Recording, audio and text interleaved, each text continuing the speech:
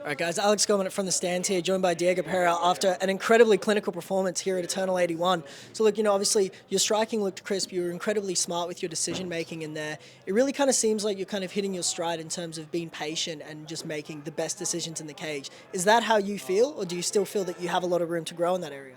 I definitely feel like obviously each day I'm growing. I feel like I'm making better and better decisions when it comes down to the martial art in general. Coming away from treating it as a fight itself, instead of getting out there trying to finish these guys early, being more composed because everybody's trained, everybody has access to resources and everything. So you got to assume everybody's going to be well-rounded and well-trained. So it's going to be extremely hard to get people out of that early.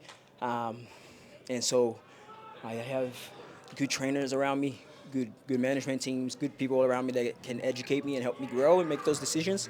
So I think making the move to the Fight Center and training under Ben Johnston and Uncle Dez and everybody else that we have over there, we definitely got a good system, and we keep improving it, and in turn, I keep improving myself as well. Sure. And you just talked about Team Fight Center there with Ben Johnston. What is it that they offer you as a team that you feel you can't get anywhere else? We just have a tight-knit, like, core group of guys that are there for the same purpose. Like, we show up for each other every single day. We are fully committed to this. It's not like, sorry, I've got work today, or I've got this, or I've got that. It's like we've got a schedule. You've got to be there for that. If you're not fighting, you're in the room, you're training, you're helping your other teammates prepare and train as well. We have a range of weight classes and people from all backgrounds, Muay Thai, BJJ, wrestling, etc. So everybody brings something to the table. Everybody's willing to educate themselves outside of training as well. So we've got a ton of resources available to us online by instructions from the greatest in all aspects of the game: grappling, wrestling, MMA, striking. So we all study in and come together. We put our minds together and we try to come up with a game plan and system. And that's what we've got at TFC that we don't have anywhere else. Yeah. And you spoke about it earlier, your opponent was incredibly tough. At several points, it kind of looked like that lead leg was maybe going to buckle or collapse.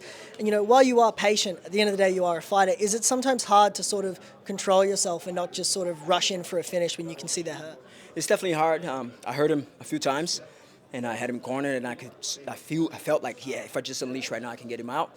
And I did it at one point, but he wasn't out, and I was like, fuck, I got to be careful because I still got him one round. So I didn't want to obviously blow my gas tank. It's tough. It's a tough game of decision-making throughout the whole process. And if you make one wrong decision when you're so far ahead, it could cost you. So it's a game of inches, and there's a lot on the line every single time we're out there, especially as pros, whether it be fight purse or the next opportunity that could come after it. Winning or losing means a lot in this game. It could cost you and set you back. If you lose, set you back years. So you really have to weigh those decisions up to decide when to go, when to not, etc. So we had a careful game plan, and I executed it. Excellent. Diego, thank you very Thanks, much Alex. for your time. Hope you enjoy some rest, brother.